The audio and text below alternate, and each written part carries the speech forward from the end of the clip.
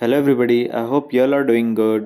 तो गाइज ये भी एक पीपीटीटी नरेशन और स्टोरी राइटिंग की प्रैक्टिस वीडियो ही है।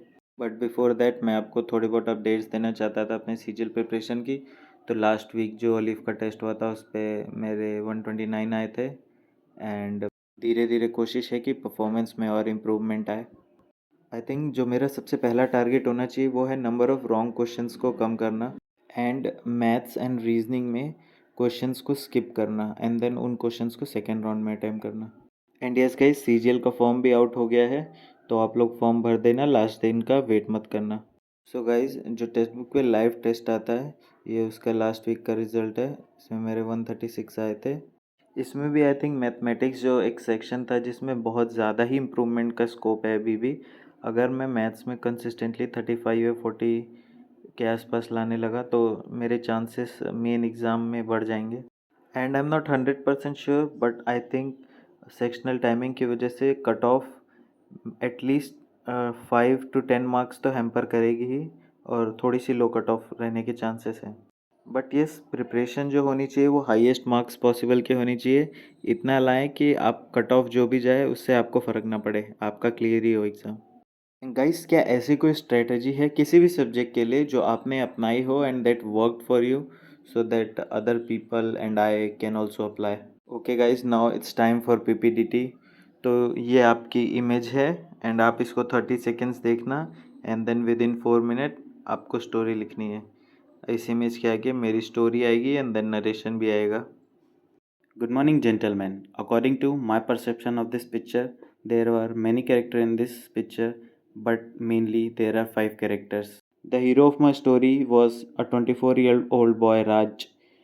He was trekking with his 3 other friends, and the trek area was mostly a forest area. While they were in the middle of the trek, they saw a boy who was injured near a waterfall area.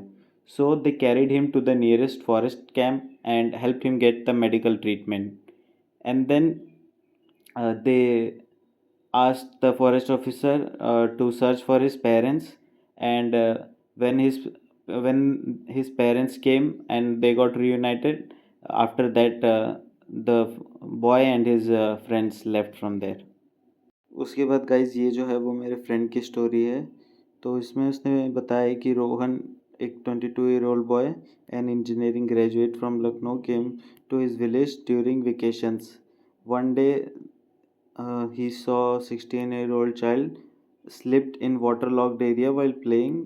So Rohan and his friend immediately rescued the child as he was not able to stand, and they took him to the hospital and informed his parents, and also with the help of Sarpanch they fixed the waterlogged area so that no incident occur in future.